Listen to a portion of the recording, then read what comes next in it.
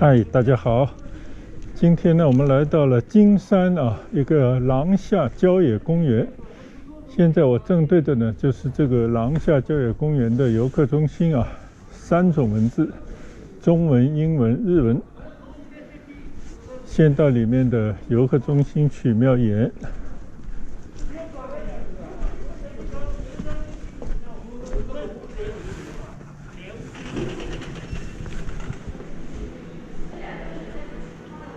看来还是非常完善的一个郊野公园的服务中心。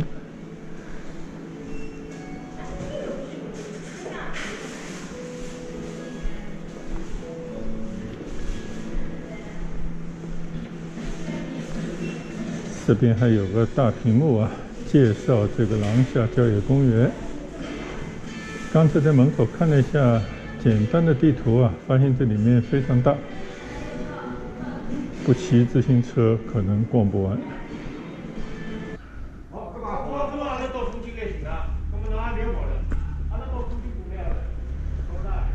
第5届中国农民丰收节，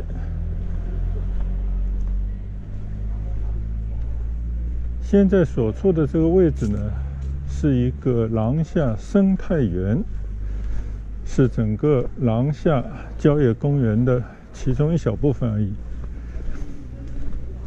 刚刚呢问了一下工作人员说这边呢生态园并不是很大，适合在里面步行逛一逛。所以呢，我现在先来到这个景区的入口，希望进到这个生态园里面去闲逛一圈。然后呢，再根据情况骑单车环绕的郊野公园去骑一圈。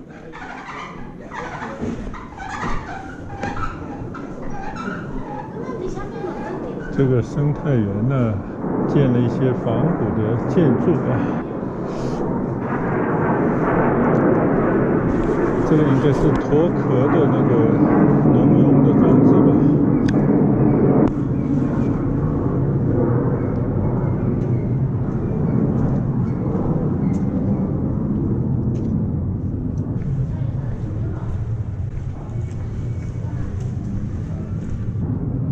小河环绕有一种小桥流水的江南的景致。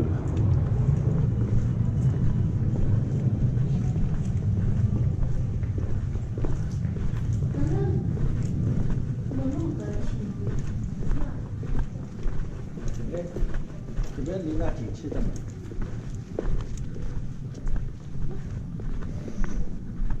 其实呢，就是一个仿古建筑和生态结合的一个小公园。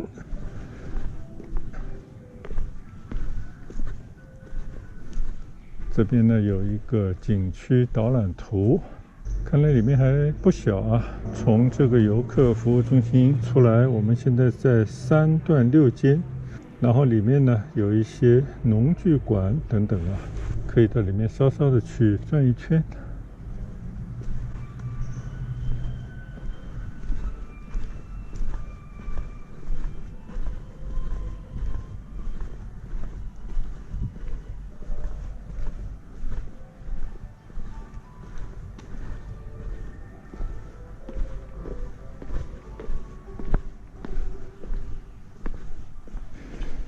这里呢，可能就进到廊下生态园里面了。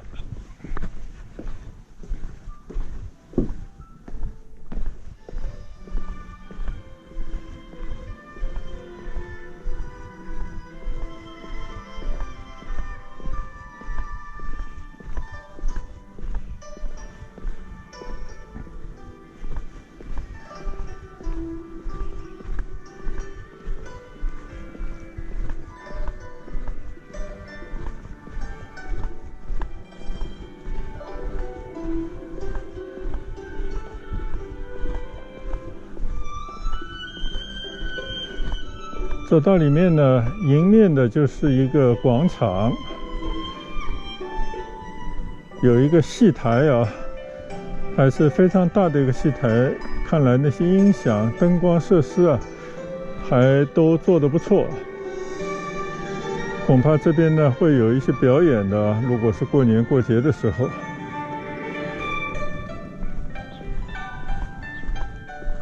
这边呢有一座小石桥，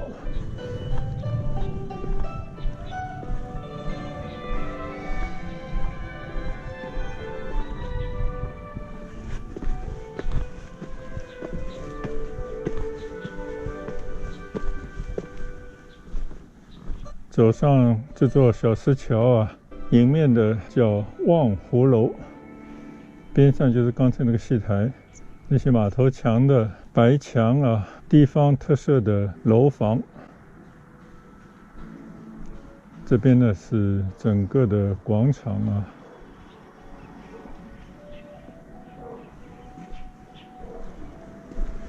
闲逛一下吧。这个望湖楼应该是个餐馆吧，也是普洱茶制作体验馆。哦，是一个茶室啊，喝茶的地方。面对着一个小湖，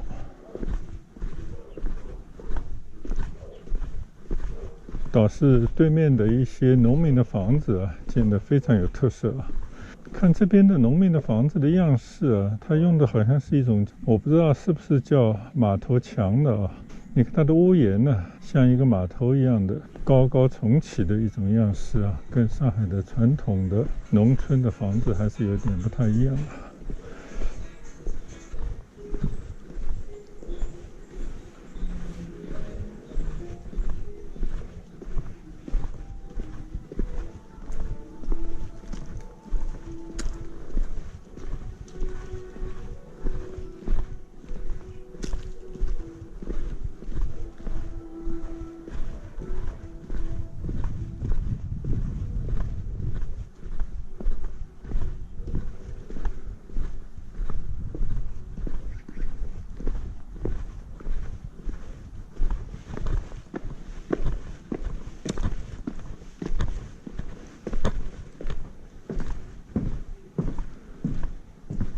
我看这个戏台的门开着，来张望一下，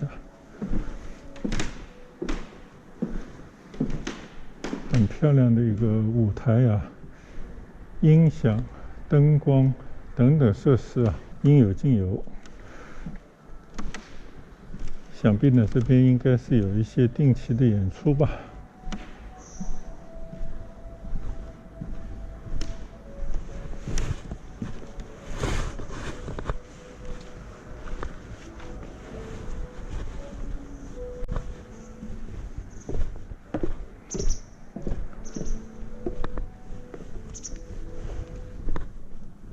仿的一些小桥流水啊，白墙黛瓦，还是江南农村的一种景色。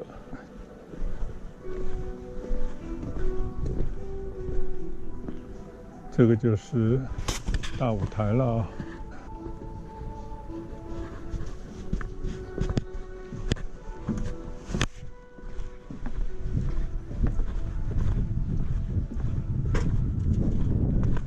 跨过舞台前的一条小河，对面呢就应该是中国江南农剧馆。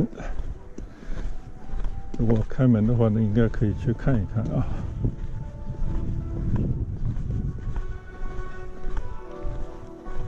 前面呢有一个农民耕田的石雕，几千年农民的写照。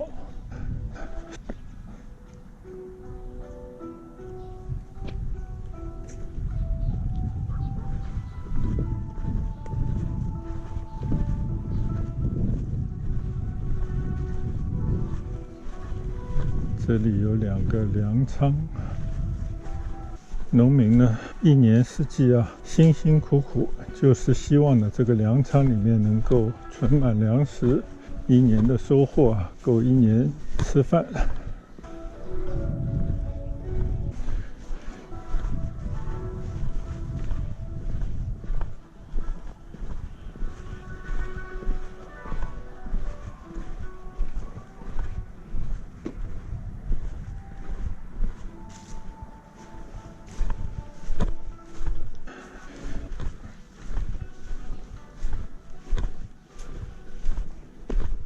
这边虽然有一个园子啊，应该就是江南农具馆，但是呢，大门锁着。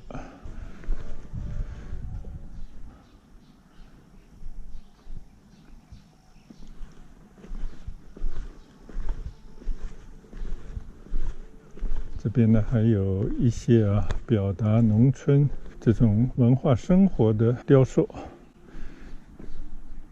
小孩子放牛娃，那边还有一头老牛的雕塑，在一个亭子里面啊，那个亭子里面呢应该是一个水车，大概就是这样一个景象啊。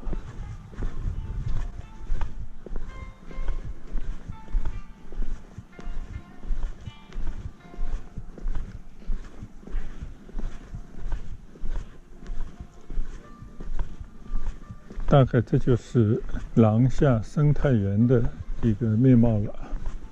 走马观花，随意的走一圈。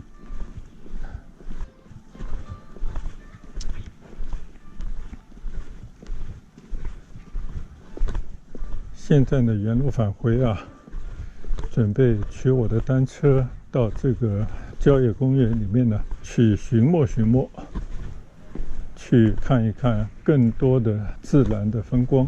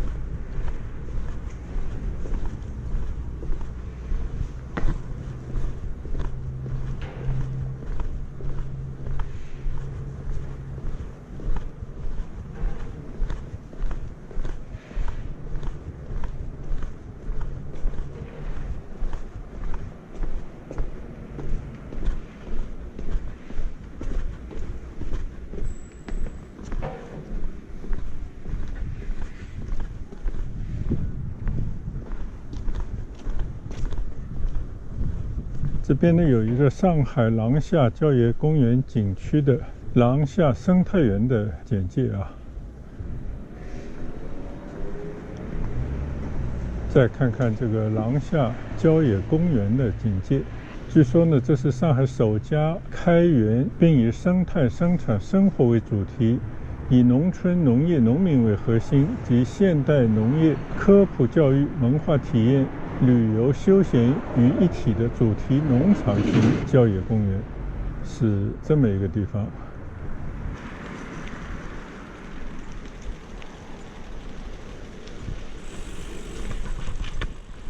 嗨，大家好！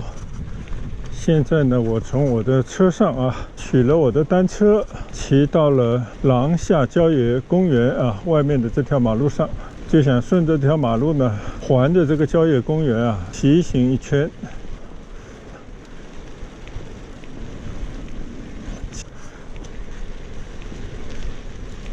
刚刚呢，在廊下生态公园里面去走了一圈里面呢冷冷清清一个是天气原因，冬季的时候我相信也少有人愿意到外面来闲逛。再加上呢，这么几年的疫情的管控，老百姓已经失去了外出郊游的热情了，很多人好像更愿意猫在家里。但是我觉得呢，不管什么样的一种环境，人呢内心肯定都是有一颗追求自由的心，在可能的情况底下应该呢也必然是会到处走走，去看看不同的风景，总好过呢闲在家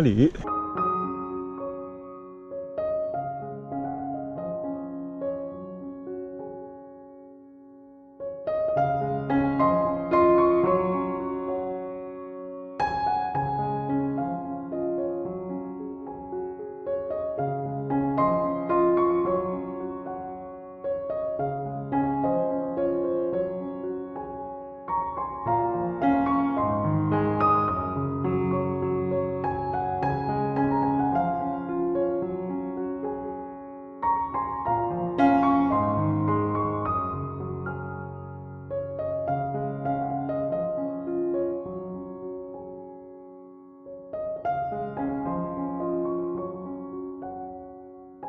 这边呢就有一个牌坊，写着上海廊下郊野公园景区田园画廊。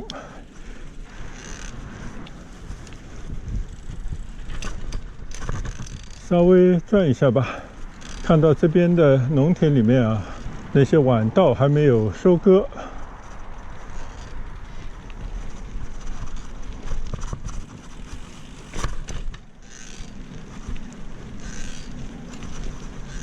每次来到乡间啊，最吸引人的，或者我觉得最美的风景呢，就是那些农民啊，辛苦了一个季节，即将要丰收的这种景象。在江南呢，稻田的稻穗啊，应该是最典型的一种丰收的景象，也是我最喜欢的，在这种田间田埂啊骑行转一转的地方。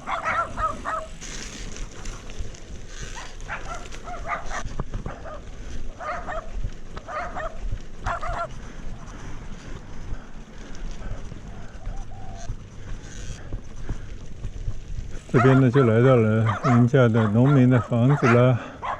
看门的小狗对着我在那里狂吠，毕竟是一个陌生人，对吧？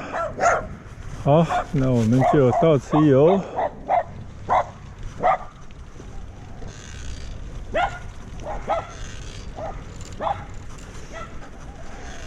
狗狗还有看门的功能啊。非常忠实的在这个地方守着他们的家门。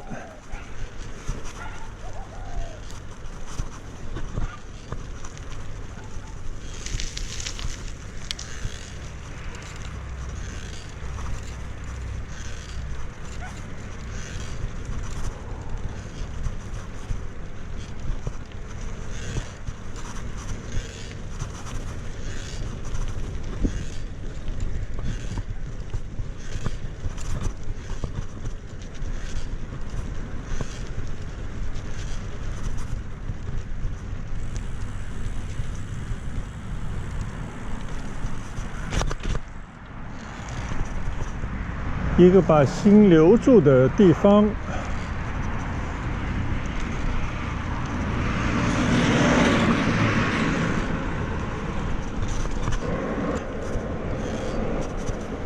这条马路呢叫漕廊公路，漕呢就是漕金的漕啊，漕河泾的漕，廊呢就是这边廊下。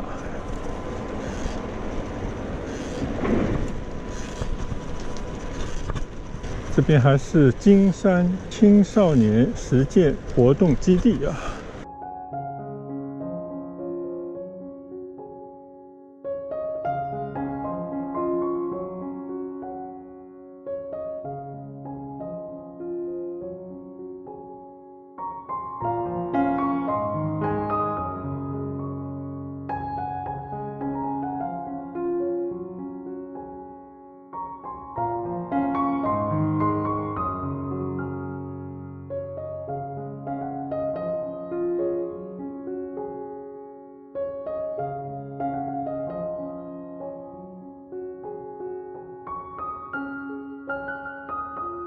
今天出门的时候呢，还是出太阳的一个天气，但是到了路上呢，就已经转成阴天了啊，所以现在呢，感觉还是稍稍有一些阴冷，但是比起前几天啊，只有2、3度的天气来讲的话呢，应该已经暖和了不少。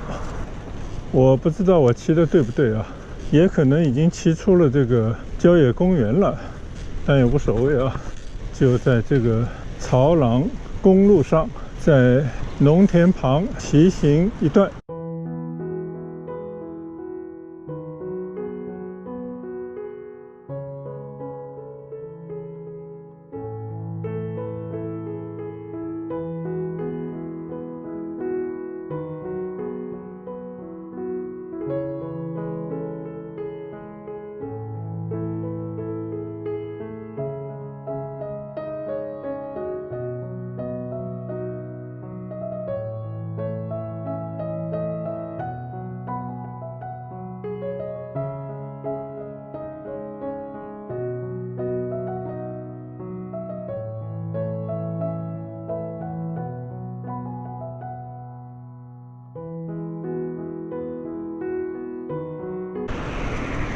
这边呢，公路两旁啊，时不时会见到一些工厂，但是基本上来讲的话呢，还是一个农村的风貌，自然的村落。道路两旁呢都有小河沟啊，或者是一些小河冲，上面呢会架一些桥梁，通过这些桥梁呢，就可以进到村里面，进到农田中间。这里呢有一条三塘中心河，我刚才好像在地图上瞄了一下呢，这条路就是围绕着整个郊野公园的一条公路，所以呢我往村里头骑一段。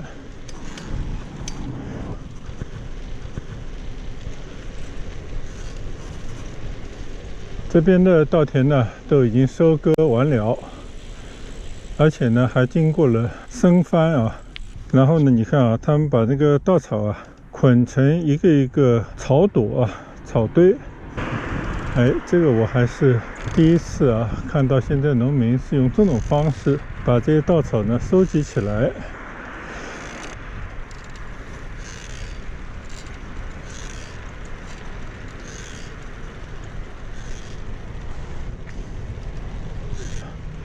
看过去呢，两侧都有很多的暖棚，相信呢可以跨季节来种植他们想要种植的经济作物。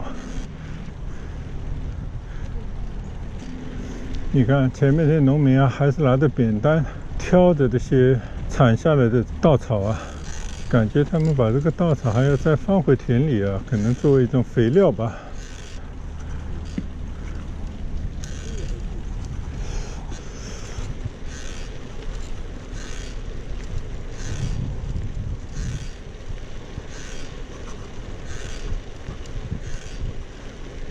这边呢都是已经收割完成的稻田啊，大部分呢都已经进行了生翻，然后呢把这个稻草啊也一起埋进土里，可能作为一种肥料啊，大概是这么样的一个感觉。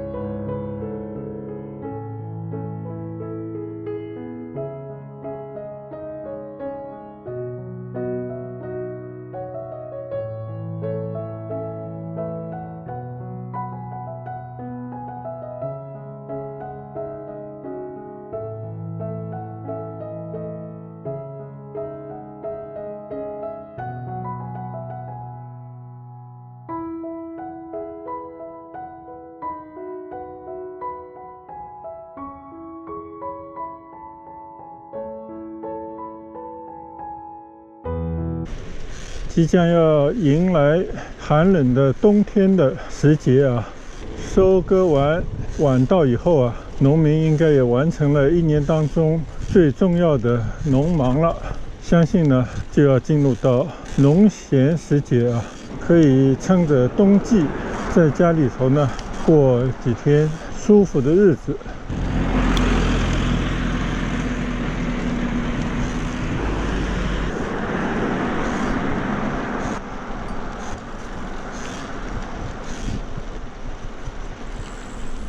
这边呢还有一个生态秸秆蘑菇，可能就是用那种秸秆呢来种蘑菇啊，这个我不知道怎么种的。你看啊，在这个农田里面啊，把这些稻草都放在那些已经生根过的一个农田中，也可能有一些特别的作用啊，不仅仅是作为肥料吧。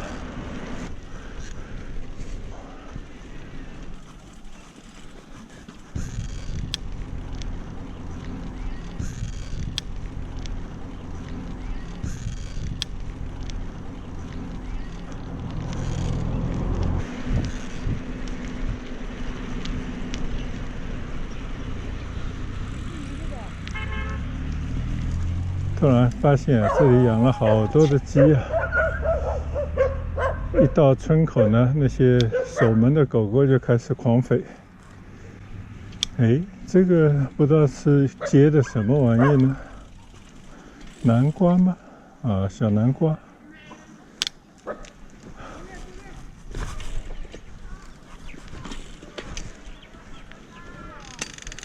农村呢，毕竟是广阔的天地啊，可以种植很多的经济作物，种植蔬菜，也可以养鸡养鸭。这边呢叫廊下枫叶岛，也是一个新农村。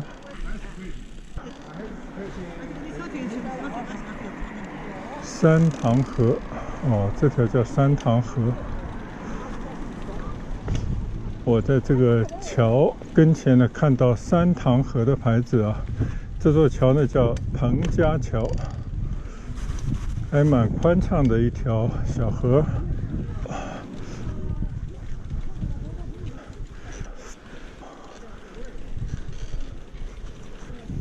哦，这个里面呢，可能就是传说的枫叶岛了，种了很多红枫树啊。虽然没有像加拿大那样的一片红枫叶这样的景色，但是呢，也有一整片的枫叶林。你看，专门写着枫叶岛上海廊下，吸引着一些人到这边来拍照。这边呢也有很多农民啊，把他们的农副产品拿出来卖，有柿子、橘子、胡萝卜、各种蔬菜等等啊。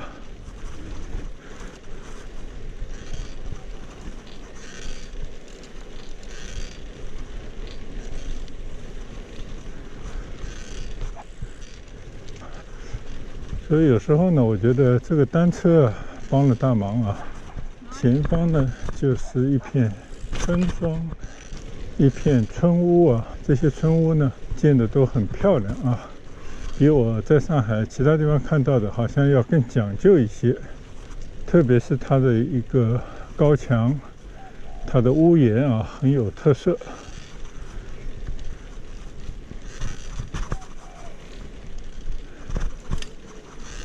理所当然的啊，屋前屋后呢也种了很多他们的自留地的菜啊。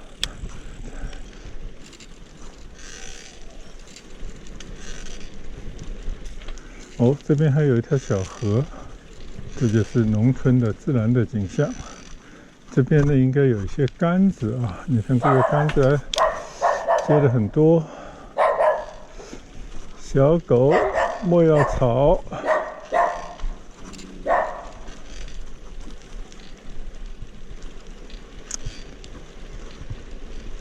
很不错的农村的自然的这种环境啊。这边呢就有不少的枫叶。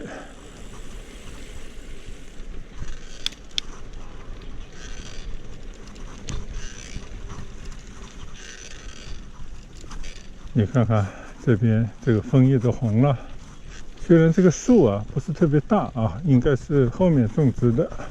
不知道是为了景观种植呢，还是这个枫树啊、枫叶能够有什么经济的作用啊？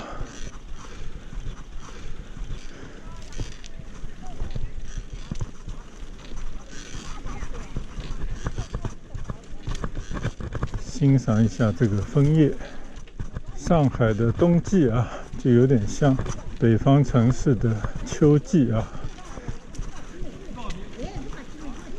你看，农民们有卖没卖的，都把他们的农产品拿出来卖。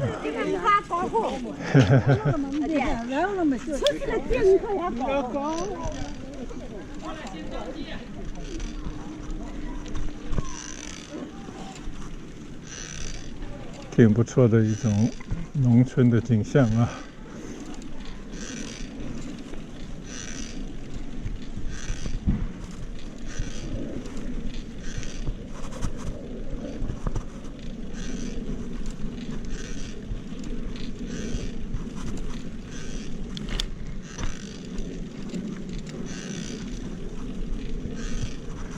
加拿大呢就有枫叶糖浆啊，也算是一个品牌的产品。很多到加拿大去旅游的人呢，都会买一些送人啊，就跟他们的三文鱼一样。所以呢，我觉得这个枫叶啊，它应该也可以提炼出一些东西来的啊。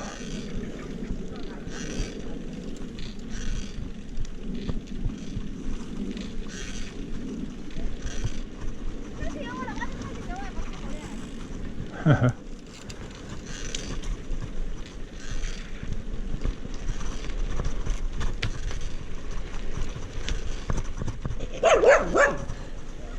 看来这只狗狗比较凶啊，拿个绳拴着，怕它出来咬人。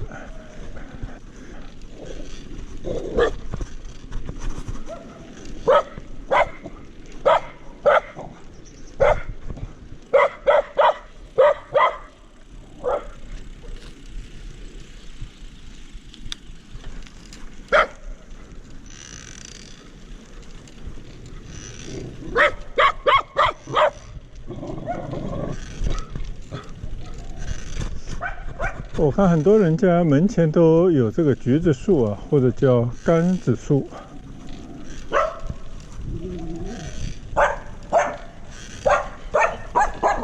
就你凶，就这个黑狗比较凶。